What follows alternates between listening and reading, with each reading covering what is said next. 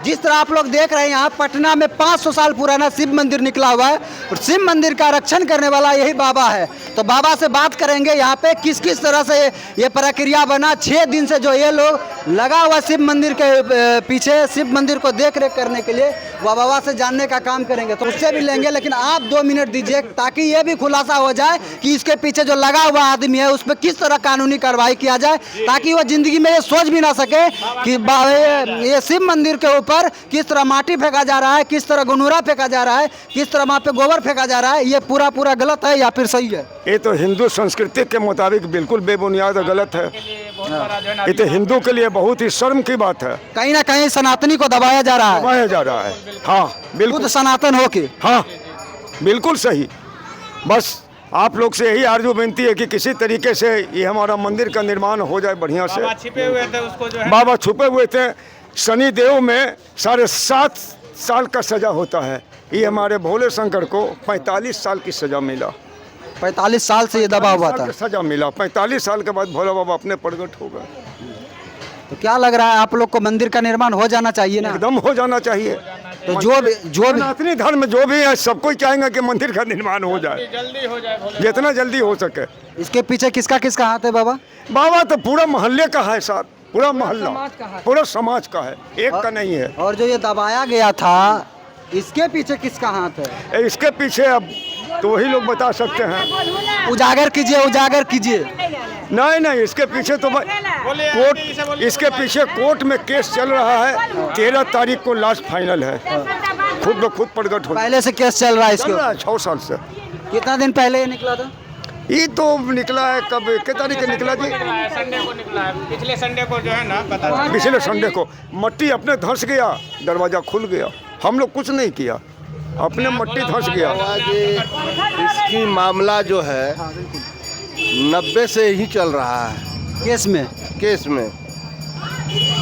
उस घड़ी हम जो है कि 2 हल्ला आलमगंज थाना हमको बंद भी किया। आलमगंज थाना में? हाँ, आलमगंज थाना हमको बंद भी किया।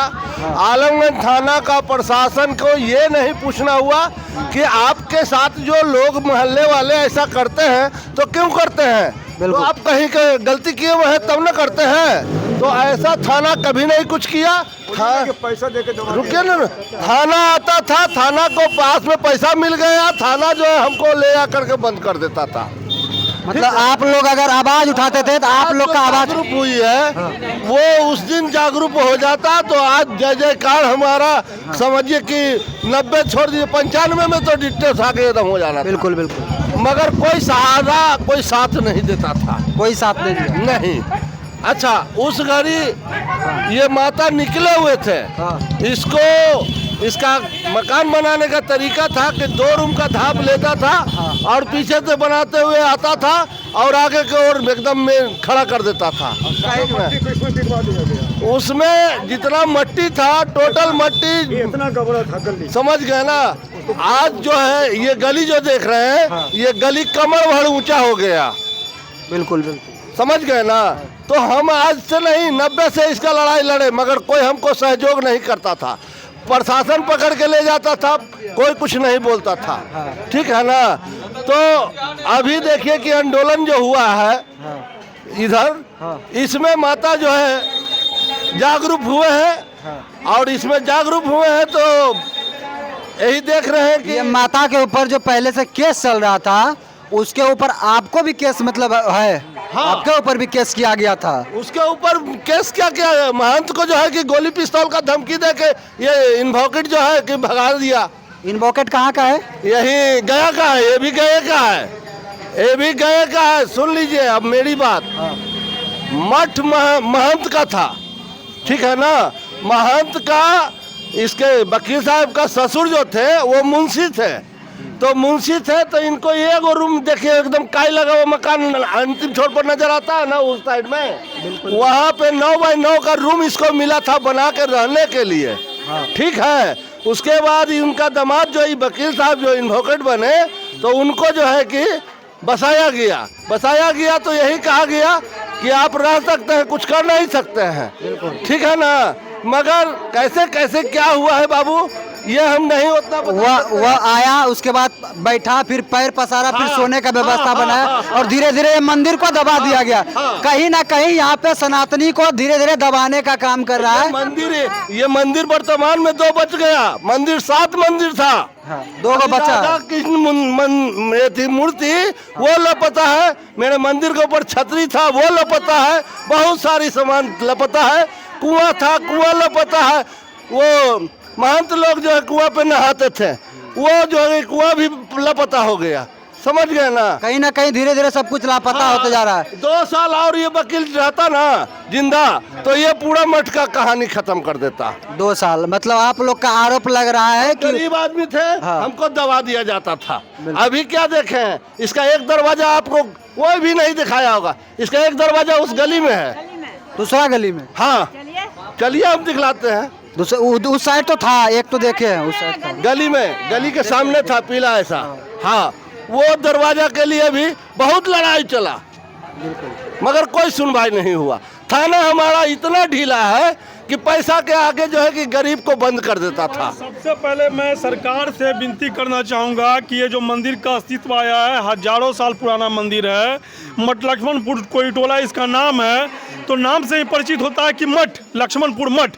और ये मठ के प्रांगण में जो मंदिर निकला है, और ये मठ 1-2 कट्ठा का मठ नहीं होता था, ठीक है। कोई भी मठ आप सुनते होंगे तो 1-2 कट्ठा में सीमित नहीं होता था। वो मठ जो है 30-40 कट्ठा का ये मठ था, 1.5 से 2 बीघा में फैला हुआ था। और 1.5 से 2 बीघा के मठ में ये मात्र 2-3 कट्ठा आपको दिखाई पड़ रहा है, और बाकी सब जो है उन्होंने कब्जा कर रखा है। तो मैं तो सरकार से सबसे पहले ये चाहूँगा कि हमारे मठ के ज़मीन को वो अतिक्रमण जो किया हुआ है वो उसको मुक्त कराए, और हमारे समाज को, हमारे मंदिर के लिए, अब तो मंदिर भी सामने आ चुके हैं, ये किसी से छिपी हुई नहीं है, लाखों लोग देख चुके हैं, इलेक्ट्रॉनिक्स मीडिया के थ्रू, सोशल मीडिया के थ्रू, प्रिंट्स मीडिया के थ्रू अब सामने आ चुका है। तो सरकार से मैं ये कहना चाहूँगा कि जल्द से जल्द इस मंदिर के लिए, और कम से कम समाज के लिए नहीं, इस मंदिर के लिए भी आप उस हमारा मठ का जो प्रांगण है उसको मुक्त करा करके 30-40 कट्ठा ज़मीन जो है उसको समाज के प्रति समर्पित करें, ज़मीन के लिए समर्पित करें। और आपको जिस तरह आप बोले कि यहाँ पे वह मंदिर स्थापित होना चाहिए, लेकिन अगल बगल के जो पड़ोस का घर है वो तो घर टूट जाएगा कहीं ना कहीं। देखिए, अगर अगल बगल का पड़ोस का घर है, अगर वो मठ के ज़मीन में नहीं है तो कैसे टूटेगा? अरे ज़मीन तो भाई हम उस ज़मीन को मांग रहे हैं ना जो हमारा मठ का है, हम पड़ोस के ज़मीन को नहीं मांग रहे हैं। देखिए उतना नहीं समझे। वर्तमान में हम बाकी जमीन की हम खोज नहीं कर रहे हैं। हमारा ये मठ का प्लॉट जो है 9.5 कट्ठा का प्लॉट है। ये 9.5 कट्ठा में अभी फिलहाल देखा जाए तो 1 से 1.5 कट्ठा बचा हुआ है। 1 से 1.5 कट्ठा बस, बाकी सब बन गया। अब ये मेरा सरकार से यही कहना है कि हम लोग नहीं करेंगे, इस पर सरकार की दबाव हो कि ये मकान टूटना चाहिए और मेरा मठ का जो जैसे मठ था वैसे मठ बनेगा। तो आप लोगों ने जिस तरह देखा कि यहाँ बाबा लोग बयान दे रहे हैं, कहीं ना कहीं मठ बहुत पुरानी कहीं ना कहीं मठ बहुत पुराना है, यहाँ पे मठ का निर्माण फिर से होना चाहिए। जिस तरह की यहाँ पे 9 से 10 कट्ठा बोल रहे हैं, यहाँ पे बाबा लोग की 10 कट्ठा मठ के नाम पे ज़मीन था, लेकिन वह भी ज़मीन किसी न किसी कारणवश कोई ना कोई उसको हड़प लिया गया, बेच करके यहाँ से रफा दफा हो गया और मंदिर को दबाने का काम किया, मंदिर को ध्वस्त करने का काम किया। उस पर कहीं ना कहीं कानूनी कार्रवाई करना अति आवश्यक है, ताकि ये सबक मिल सके कि आगे ये गलती नहीं हो सके। यही अगर गलती अगर और कोई समुदाय में होता, उसके ऊपर बहुत सारा केस फाइल कर दिया जाता, लेकिन ये हिंदू समुदाय में हो रहा है, तो कहीं ना कहीं अभी भी वो हिंदू सनातनी चुप है, क्योंकि वो चाह रहे हैं कि हमारे ऊपर न्याय है और न्याय हमें कानून के तहत वो हमको इंसाफ दिलाने का काम करेगा। तो मिलते हैं नेक्स्ट वीडियो में। जय हिंद, जय भारत।